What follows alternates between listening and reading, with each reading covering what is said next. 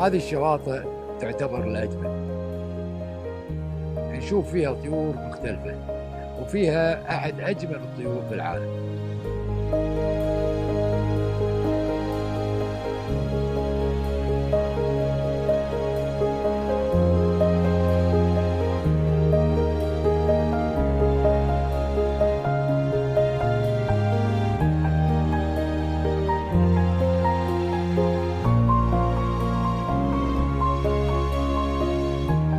الفلامنغو توثيق هذا النوع من الطيور ممتع جدا، ووجودهم بهذا العدد يزين الخط الساحلي. احط عدستي وكاميرتي واجابلهم طول اليوم وما عندي اي مشكله.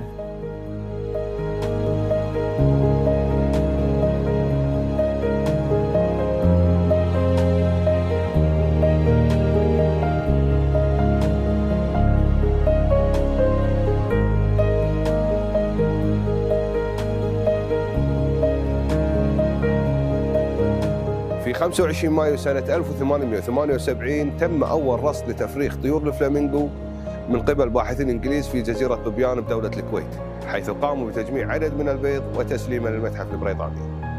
لون هذا النوع من الطيور مميز جدا، اليافع لونه أبيض ورمادي، وسبب تغذيته على الفطريات البحرية والقشريات مثل الربيان يبدأ يتبدل لونه إلى اللون الأحمر والوردي.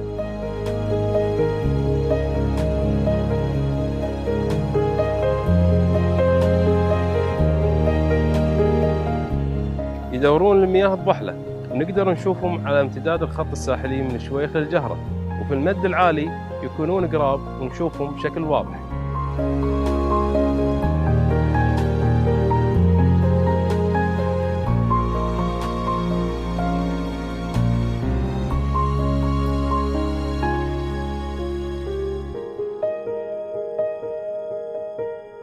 شكل المنقار الغريب للفلامنغو يخليه الطير الوحيد اللي ياكل منقاره العلوي على الارض.